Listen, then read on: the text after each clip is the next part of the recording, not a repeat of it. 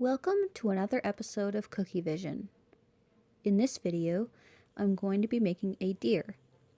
So I've got a deer-shaped cookie here to start, and I've got a tan-colored royal icing fitted with a number 2 tip. This is a piping consistency, and I've outlined the face of the deer. So not the entire head, but just part of the face. It's kind of like a sideways teardrop shape, as well as part of the tail, so the outer half, and as well as the inner part of the ear. And I'm filling this in with a flooding consistency of the same color that I have here in a squeeze bottle. And I'll use my scribe tool to get it all towards the edges and pop any air bubbles if I need to.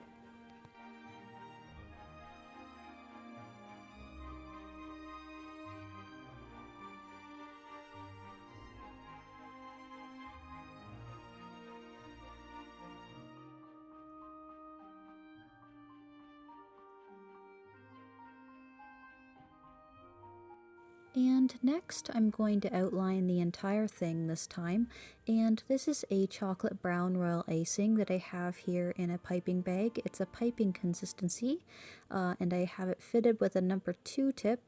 And again, I'm outlining everything. I'm finishing off the back half of that tail, and I'm going to give them 2 little nubbies on the bottom of those feet to kind of divide them up a little bit more.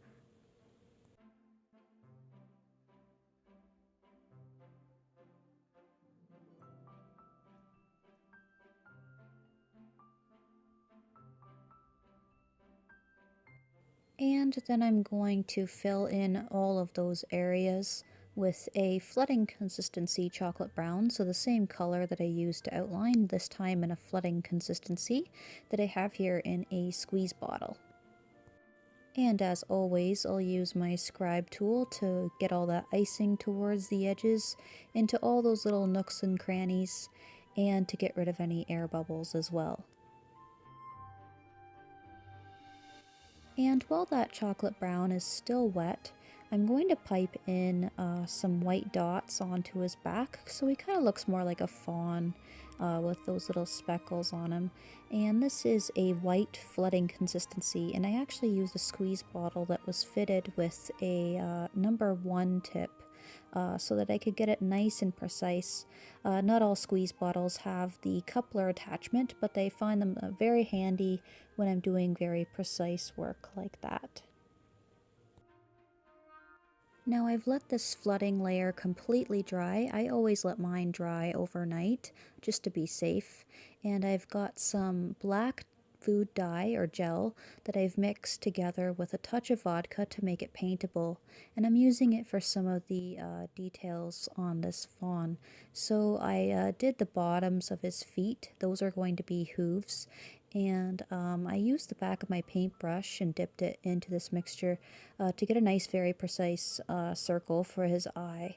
And I've also used a little bit of pink petal dust for the cheek, so I just used my cotton swab and dipped it into the petal dust and just kind of brushed it on his cheek. And you can get rid of any excess. If there is any excess, just wipe it off with a brush. Make sure not to blow on it. You don't want any drool on your cookies. That's very important, especially if you're making these cookies for other people.